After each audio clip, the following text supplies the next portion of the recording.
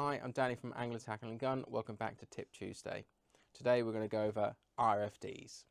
What an RFD is a registered firearms dealer. What we are able to do is we are able to buy, sell firearms, ammunition, depending on what it says on the certificate, which if I just grab my blanked out one of these, it's basically you can then, so mine says retail of firearms, ammunition, repairs of firearms. So I can't, for example, manufacture firearms. I can't wholesale firearms. I can't do anything like that. Some other people can. All depends on the RFD. The reason I want to do this video is I get a lot of customers come in which don't understand what an RFD is. So we'll go through it little bit by little bit. If you go into a shop and they sell air guns, firearms, or live ammunition, they'll be a registered firearms dealer. I'm not 100% sure, but if you sell just air gun pellets, or if they sell just air gun pellets, you don't need an RFD for that because it's not self-propelled. They are just little pieces of lead shot out of an air gun. But the rest of them you will need an RFD for, not you personally, but the shop. Firearm side and the air gun side and the ammunition, they all need to be tracked. So either on a spreadsheet or other information, so we can keep a track of where we sell guns to, ammunition, that sort of stuff, and then we inform the police, firearms departments, and then they have a system in place that looks after all the country. So that's basically what they do on that. As our shop, we try our best to keep people legal. So if you have a worry that your gun might be over a legal power, you bring it into us, we chronograph it for free, for example.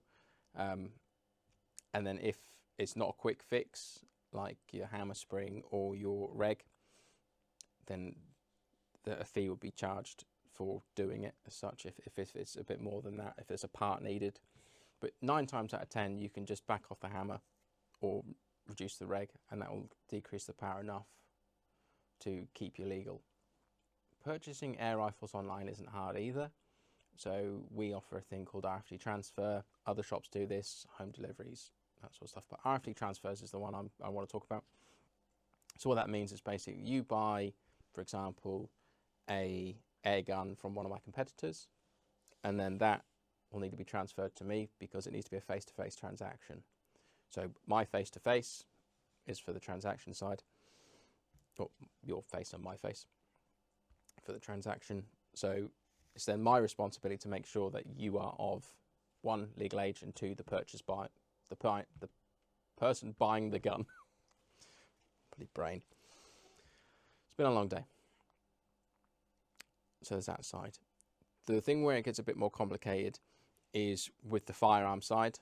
So on the license, like if you have a firearms license or an FAC or a shotgun license, it will say on there that the person selling the gun, so for example, if you're buying a gun, a shotgun or a firearms online, that you will need to send your license to them rather than coming in and expecting us to fill it out. It says on there. I'll find the thing and I'll do a little picture of it. But basically, so what you do is you send your license off to them. They send your license back to you.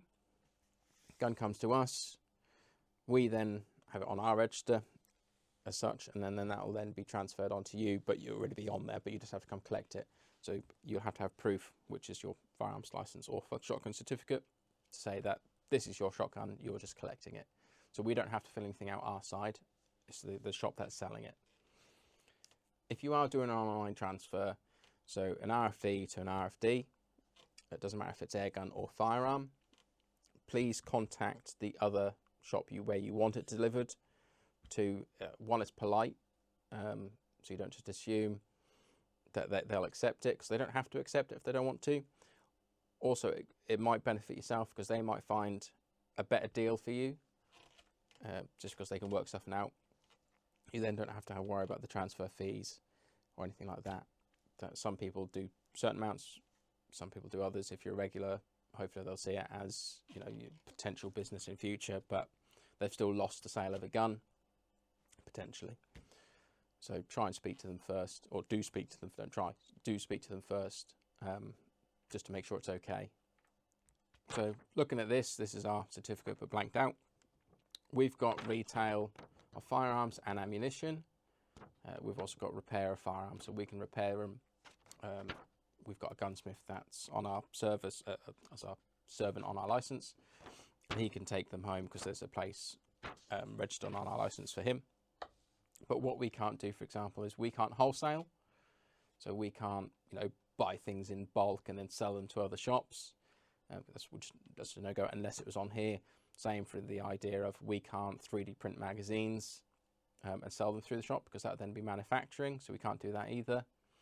Basically, it's our job to keep track of where guns go, where the ammunition goes, where firearms go, that we sell. Once they've left us, so like an air gun, I can't tell if someone's bought it, gone to somewhere else, and then keep track. But all we can do is keep track of our guns, make sure they're all legal. So they're either sub 12 or sub 6, depending if it's a pistol or rifle.